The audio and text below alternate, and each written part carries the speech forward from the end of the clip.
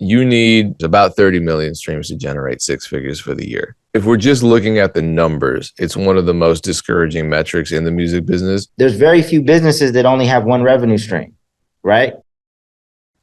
Yeah, there's nothing wrong with how he's setting up his pieces. The only thing that I disagree with, again, is the information that other artists are receiving from the way he's doing it and how that might affect their business. It might put them on a different path or a path that they might have the skill set and the consistency in the music that does well in streaming, and you might go down a different path because you heard that streaming doesn't pay you any money.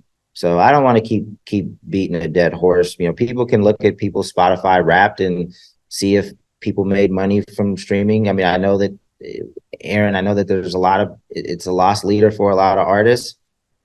There's other artists that are surviving from streaming, right? There's an artist that I saw post his Spotify Wrapped.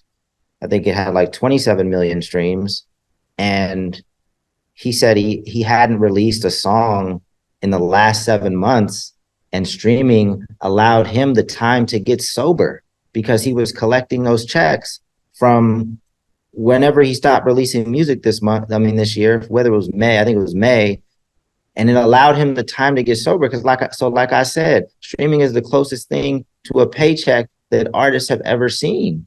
He was able to get healthy, get on the right track. And I'm hoping next year he surpassed, and this was his highest streaming year ever. And again, I'm not saying that could be the case for everybody because it can't, but streaming is a blessing for him and it helped him in more ways than one. So, I'm going to keep telling these stories on this podcast and on the Independent Living podcast, because streaming is a healthy revenue for everybody that I talk to on the Independent Living podcast.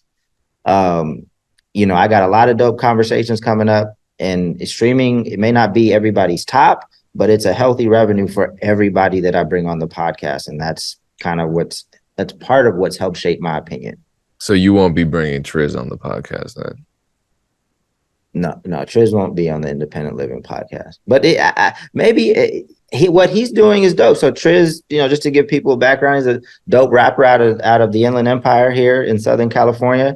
He posted his Spotify Wrapped, and I think it had like 4 million streams on it. 4.3 million. And he basically was saying Spotify is foul because, if it wasn't for merch, touring, and all these other revenue streams that he's created for himself, that he wouldn't be able to be a full-time artist. I think that's going to be the case for a lot of people. Like, you have to get to a pretty decent point for Spotify to just pay a comfortable lifestyle for you, right? But there's very few businesses that only have one revenue stream, right? With Two Loss, we have subscription revenue. We're into publishing. We do direct deals. We work with BeatBread. Like, even Two Loss has like 7 or 8 different revenue streams. Why would the expectation be that you guys be any different? It would be smart to have as many revenue streams as possible in music and outside of music, just to protect yourself in case you never want to make music again, or your music, you want to go in a different creative path and there's not as many people rocking with the new reggae music that you want to make, or whatever, you should have as many revenue streams as possible. I was going to say, I think that's like a healthy conversation to have. I think that a lot of artists emphasize, I get the frustration that he has. He's like, man, because if he has 4.3 million streams, he's reached an X amount of audience. He now doesn't have that data, all these things, and it's only rendering him, he said, about $14,000. That is, I represent most creators between like 5 to 10 million monthly or streams this year. I had a couple that were a little bit higher, whether it be from consulting or somebody I started the year with, but didn't end the year with, whatever. So I have it's like in flux. So I understand his frustration, but looking at the business model, I do want to highlight, what Dane made a point when I sent the tweet to everybody last night. He was like, it's the same as when people are selling CDs out of their trunk. Like, everybody's not going to make it. I agree with that. Even more so, I agree that a lot of this is informed by misinformation about how the music industry works. So even 10, 15 years ago, so I started 13 years ago and we were still selling CDs, whatever, but same thing. It's like, we were making way more off of shows than we were making off of CD sales. So we had to be on the road. We had to be touring, and it was very expensive. So then we had to learn how to really develop relationships. And what we would do is we killed it in Atlanta. We really built in Atlanta. So all the bands, because I started in rock music, all the bands who wanted to come to Atlanta would then start to be like, yo, can I get on a show with y'all? And we'd be like, absolutely. But you got to book us in Philly and you got to sell a similar amount. And we're just going to trade shows, right? So there's the collaboration. So even what Dame brought up at the beginning of this, collab for the crown. We're in the internet age. So Spotify is what a ton of people focus on, but it's like, you can't sit and think that the only thing that previous music artists were making money off of was just their music, until you get into like the 60s and the 70s. But if you look at the landscape of the business, it's like most of those artists didn't own any of their masters. They didn't have any rights to their music. They weren't able to build a legacy. And there was a way, way, way smaller percentage of people succeeding because you had to go through the record through the record pool in the industry, and you had to be signed to a label to make it work. So now it's like there's a higher volume of artists because music is so easy to make. And because of that, it makes it way more difficult for people to be outliers and to make a substantive amount of money. But the ability, which is where I do agree with Dame, the ability for you to make additional or passive income off of music that you would be making anyways, which is the argument that Curtis is saying, like, I just want to make art for the sake of art. Well, if you're making it anyways, why not just put it on a platform that's going to also help you earn some revenue if you put a little bit of effort into promoting that platform? So I think that artists really need to look at themselves and say, like, yes, of course it's going to take touring. Of course it's also going to take, and again, I really resonate with Triz's frustration, so I'm not invalidating that. I just want to highlight that that's really where Dame and I align on, is that you have to have a business model that aggregates more than just one thing. You can't say, I'm a music artist and I want to make music and I want that to be I don't know the bigger that you get, the more money that you have to, the more people you have to pay. So the more streams of revenue that you have to make. Like, Drake is not just sitting at home making music.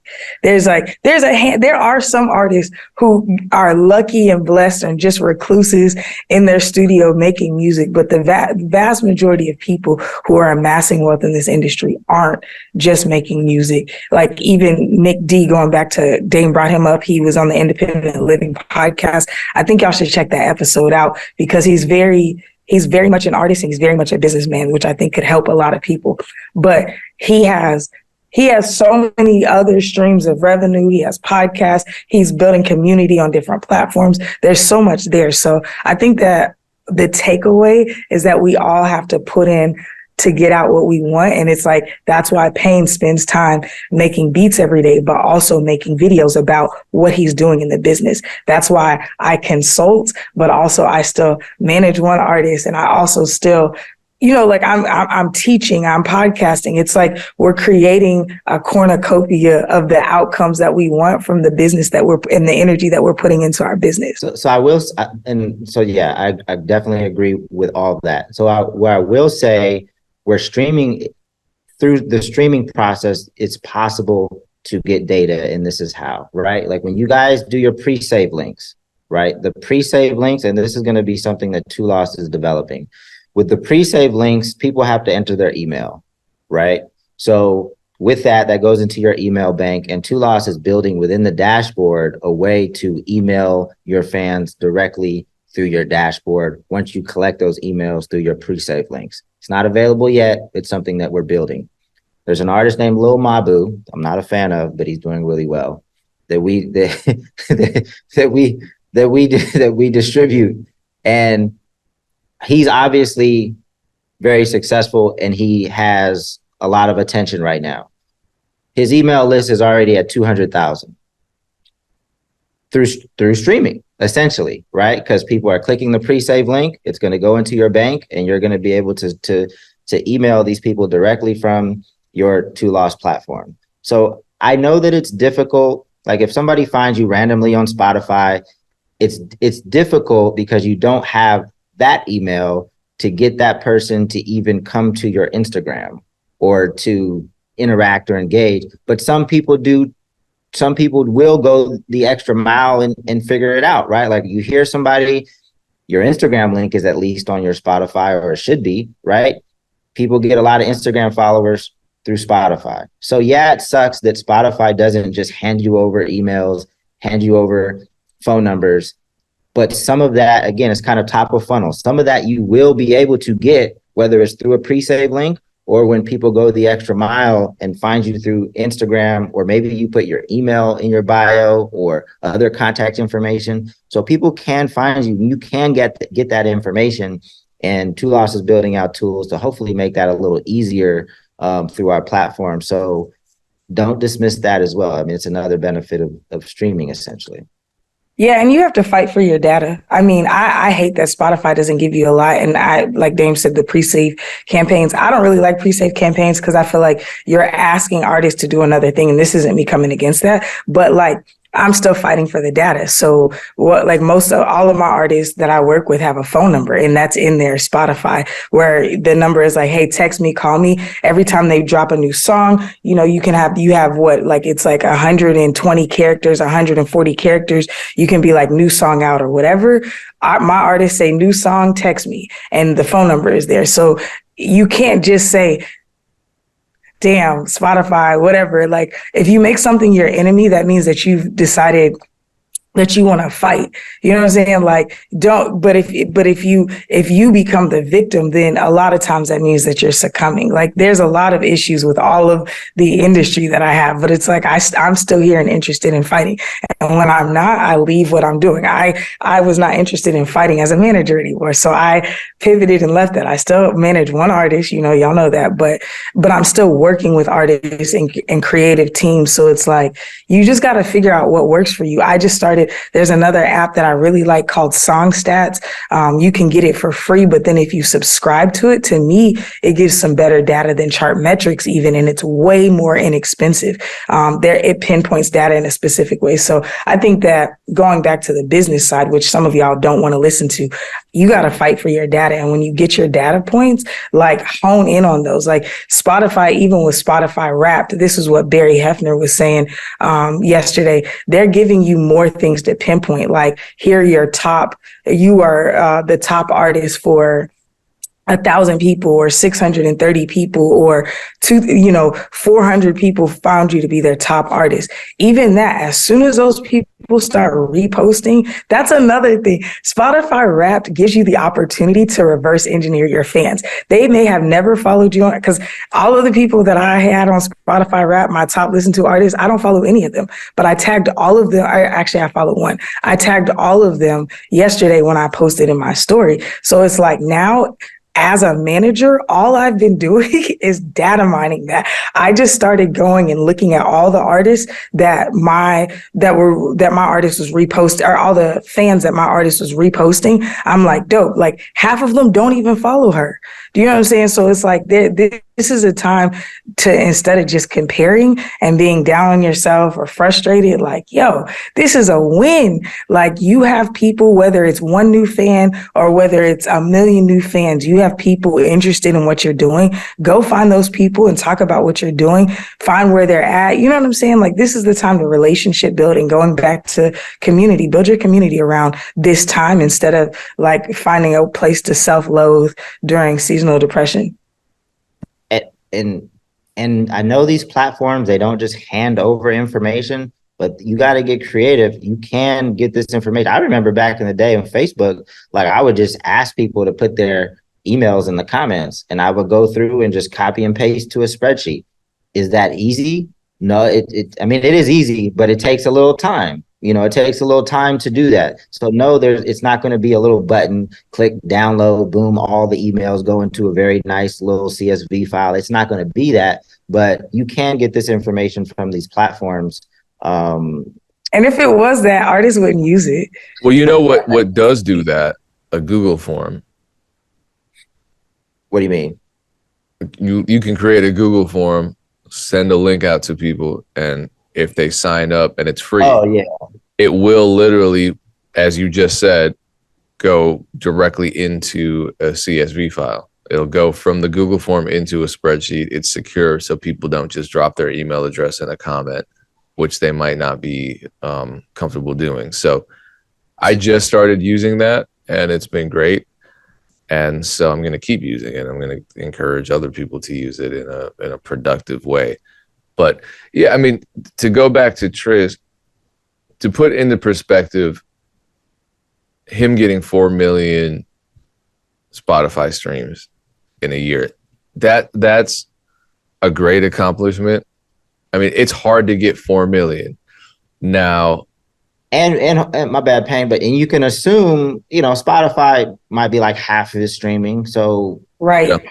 Then he really got like 8 million. So he probably made between $20,000 and $30,000 from streaming. Well, but that's what I want to talk about, because he probably didn't if he did the right thing and included all the splits and this and that. I mean, I don't know what his splits are with his producers, and even if they're getting and featured artists too, let's say he's getting 60% of that even, or 70% of that even, 70% of $30,000. If you're doing all this other stuff, cool, it's a nice bonus, but it does, I don't know. I think streaming, if we're just looking at the numbers, it's one of the most discouraging metrics in the music business. Whereas, when I'm on tour, so for example, when I went on tour with Soul to Europe, we had pretty good show guarantees, but we're also traveling through Europe. Europe is expensive. And so merch, specifically vinyl and specifically hoodies, that, and in the United States too, the same applies, because it's harder to get money out of promoters in the United States. A lot of them are scumbags, and I'll say names if they were relevant, but they're not. But having merchandise will save your life, because maybe you're only making $300 off the show, and you spent $250 of that in food, gas, and hotel, but you make an additional $300 off the merch. So I see why people shift their priorities. A depressing metric for one person may be an encouraging metric for another. You got 4 million, great, 4 million streams. Well, you can make more than that off of a single tour that doesn't even bring in that much revenue. So to that person, they may lean into touring more, because that seems like a more encouraging metric. There are people who have never toured who are getting, 14,000 off of their streaming. Like, okay, cool, I need to lean into that. They could find other options, of course. I'm not saying that they shouldn't explore. I think I have probably 20 revenue streams for myself, and sometimes the market just shifts, and naturally you have to lean into one over another, just depending on what happens. That's not to say don't have a strategy. You should have a strategy always, but sometimes your strategy, you can plan whatever you want, and if the universe changes those plans for you, then it's better to have more contingencies than fewer. And so I think, that's something that we all agree on. I do feel like the discouraging stat, though, I could just give you a real world example outside of the music industry. When I used to work for TJ Maxx, that's like a Fortune 500 company. Like, they make a lot of money. I was making $635 an hour. They insulted me. They couldn't even say $650, $635 an hour. And I was the top. They used to have, they still do TJ Maxx cards. I was the top. Like, I wouldn't even try. Like, I could convert. Like, they literally, our store was the number one in the region, and I was the number one salesperson of TJ Maxx cards. That's on top of me having to clean the store, go backs, all this different stuff. Do you know the type of bonus that they would give me monthly, which is what caused me to quit after 6 months? Because I was like, this is some BS for real. They give me a $10 TJ Maxx card. So after the third month, I was like, I'm not I'm not going to even ask people. I said, we're putting people in debt. I'm not even going to ask people if they want the card anymore. Like, I've proven myself. There wasn't a quota, but their goal was everybody get like 10 a month. I was only working part-time and I was doing like 15 a week. Like, I was just killing it. You know what I'm saying? So then my manager was like, well, I'll start paying you out of my pocket. I'm like, I want to raise. I would love to see a percentage of this. Like, y'all are, I'm like, I want to raise. So she was like, we'll talk to the district, but they don't do raises before 9 months. I'm like, bro, I make $635. So if we're taking it back to how discouraging the music industry is and Spotify, I feel like if we're looking at major corporations and major businesses, it's the same shit. You know what I'm saying? It's unfortunate. And I'm not trying to belittle it because I understand the frustration. I'm sitting here saying I'm frustrated as well. I was frustrated as a manager. I'm like, I'm making this whole business go, but this is the percentage I take home. It doesn't make sense because without me, this business is not going, which is why I was like, okay, I choose not to participate in this part of the business. I'm going to come in and say, you either pay me a salary or we're business partners. You know what I'm saying? So I just think the frustration is valid, but it's also like this shit is happening in every industry for the most part, in my opinion. Oh, yeah. If you're a low man on the totem pole, you're getting fucked and you got to figure out how to get to the top. Well, I mean, that's why I'm leaning into more entrepreneurialism when it comes to selling beats rather than contacting the labels and hope, but again, that works for some people. I know people who are multimillionaires who are just working with artists. They did it that way. That worked for them. It doesn't work for everybody. Sometimes, the thing is, it could still work for you if that's what you lean into, but you have to want to do that. And I think streaming takes a lot of desire, but if the metric is too discouraging, you're probably not going to get there because discouragement is not a great motivator. It's not at all. Some people are like, oh, well, look at this new Spotify threshold as a challenge for yourself. Man, if someone's depressed about that shit, it's not a motivator at all. And I follow a lot of, I'll make this relate to my own life because that's really all I can speak on authoritatively. But I follow a lot of people who are up here in the music business. And, these are my peers. They're just doing way better than me at a lot of things.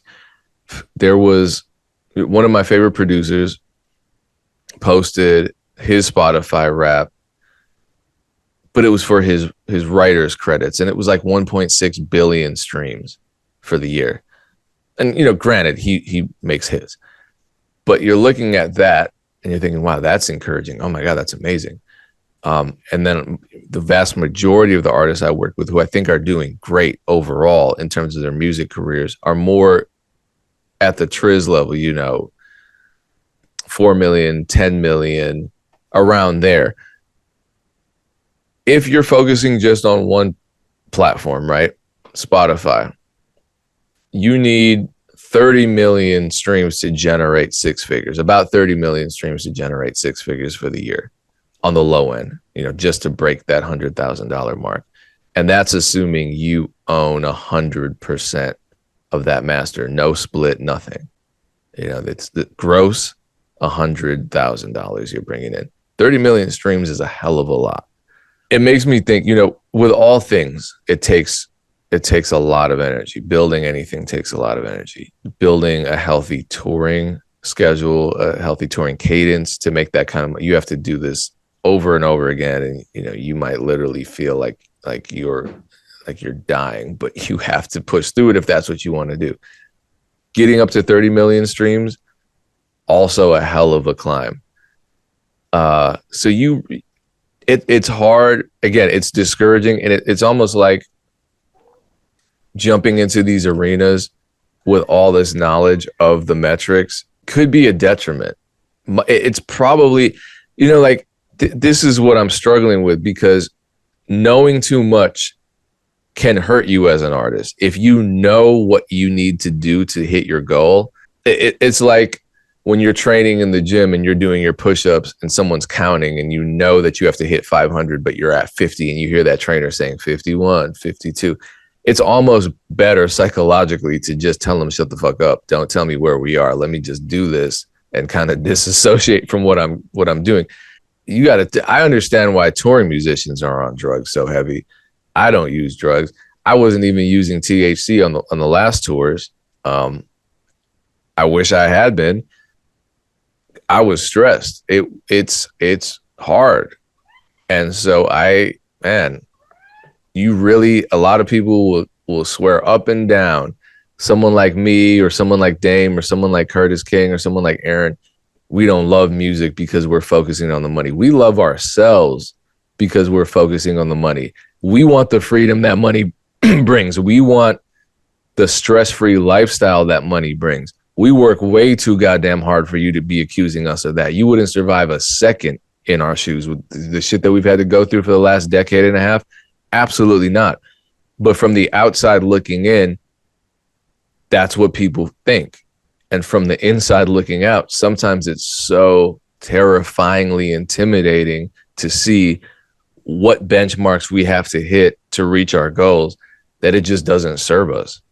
Yeah, if I knew back when I started in the music industry what it would have taken for me to finally get to full time and then sustain full time and then be full time but in poverty for so long, I would have just been like, yeah, I think I'm gonna get a corporate gig and, maybe be a hobbyist in the music industry. I would have never committed to this, but that's the beauty of it, is that once I was in, I grew up playing basketball, and it's like, now it's a competition. Like, okay, I got to beat the game now. So, I agree. I think that it's like you are looking into this portal that you shouldn't have access to.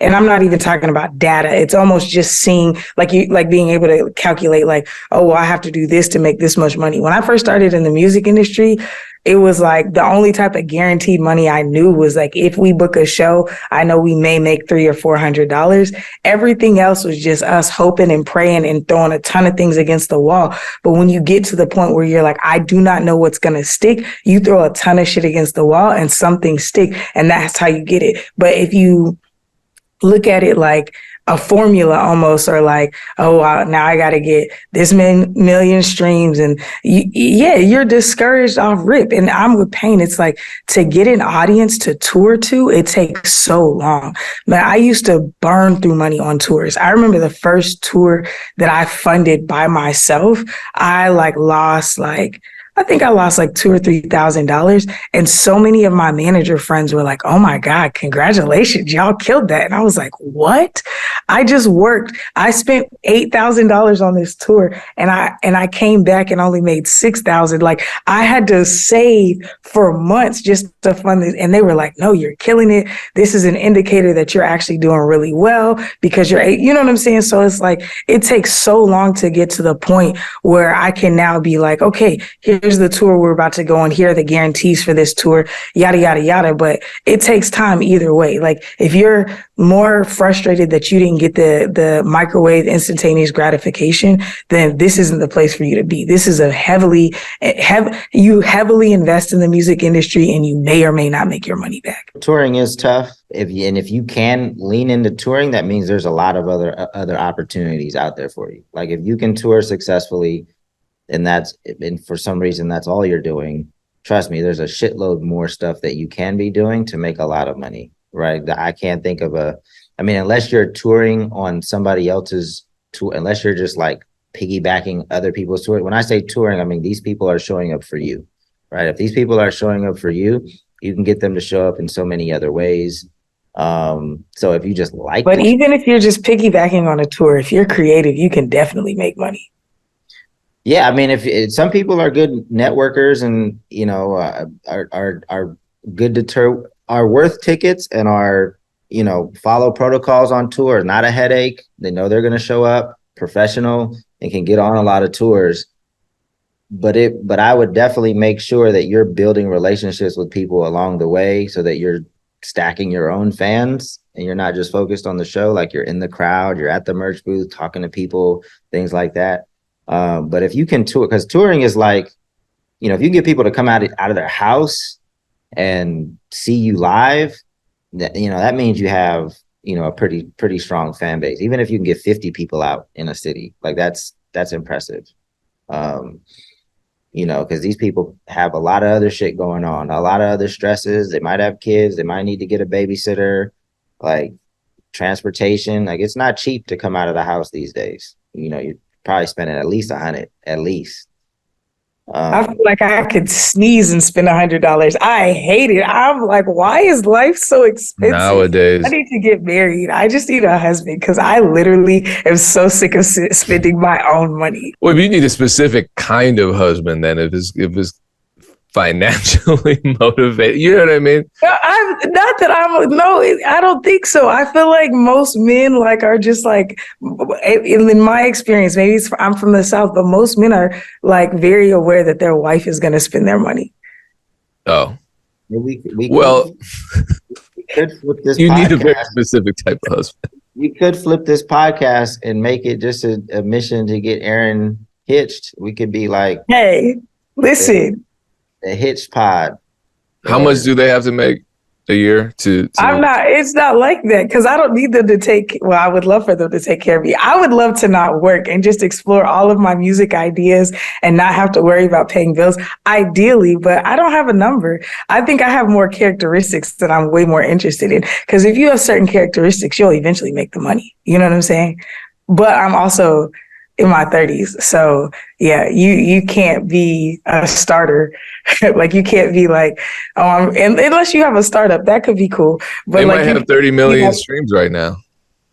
I don't want any artists. Hey, we'll take that. Like absolutely no artist. That would be, no artist. Nope. So the new podcast name is Jump at the Broom with EP&D, A Road to the Altar. It's like The Bachelorette kind of. Be the first podcast to do it, I think. Yo, that's actually a good idea. Maybe we should not us, but I'm saying that's a good podcast idea. Like getting to the altar or something like that. Yeah, because I'm trying to be married next year, so we'll see. All right, drop a comment. Next year I could see a wedding. Drop a comment if you're not an artist. Correct. You make 6 figures at least minimum, and you're comfortable sharing that income with your career. I didn't say that though, because I don't want people to paint me as a specific type of woman. But we know you're not. If you're watching the podcast, Erinn's not that type of woman. She's not out here gold digging, but she is digging her goals, and so that takes some money, right? Yes, exactly. Because I don't want my ideas to have to immediately translate to money, which is that's what I've been doing. I've been on the grind for so long. I would love just the safety net of a husband and just okay, cool. Everything's taken care of. Now Erinn can go frolic in the music industry. I would love the safety net of 2 combined healthy incomes. Because then at that point, it doesn't matter. But I think that's probably your ultimate goal. I've definitely been in the position as the funder of a creative, but also that creative was just kind of mean. God damn, seriously, guys? But y'all know I have the ability to make money, and not just the ability, I make money. So you have the track record. Yeah, so it's not I'm I just want to come home and lay down. It's not even in me. No, I didn't complete my thought because okay, go ahead. I adopted a cat from the Humane Society, and he and my existing cat basically it's like I don't have to pay for MMA fights anymore. I just turn around and it's happening right there. So now their new thing is fighting in multiple rooms. It used to just be isolated to one area rug, or they're gonna fight in the living room, they're gonna fight under the couch. Now it's a multi-arena, multi-venue fight. So they're brawling in the laundry room. I hear a crash. They run up the stairs, brawling upstairs. I hear another crash. It's entertaining, but it also distracts me. And I think I could be at 30 million streams right now if I weren't distracted by these cats fighting.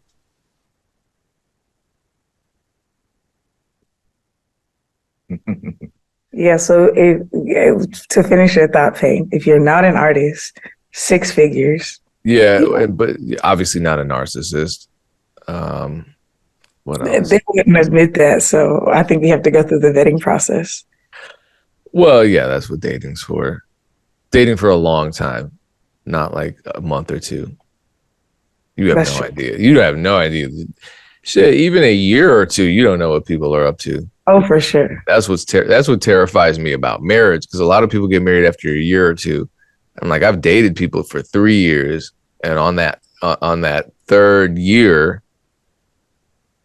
I'm now understanding who they really are and what a future with them is going to look like. And damn, if I had got married 9 months ago, I'd be in trouble.